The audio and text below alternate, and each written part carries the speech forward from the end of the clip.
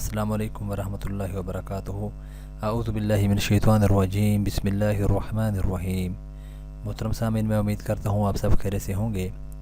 زیارت رسول صلی اللہ علیہ وسلم کے بارے میں شیخ عبدالحق محدث دہلوی رحمۃ اللہ تعالی علیہ نے اپنی کتاب ترغیب اہل السعادات میں لکھا ہے کہ شب جمعہ میں 2 رکعت نماز نفل پڑھے، ہر رکعت میں الحمدللہ کے بعد 11 بار آیت الکرسی اور 11 بار قل هو اللہ احد پڑھے، سلام پھیرنے کے بعد 100 بار یہ درود شریف پڑھے، انشاءاللہ 3 جمعے نہ گزر پائیں گے کہ خواب میں رسول اللہ صلی اللہ علیہ وسلم کی زیارت نصیب ہوگی۔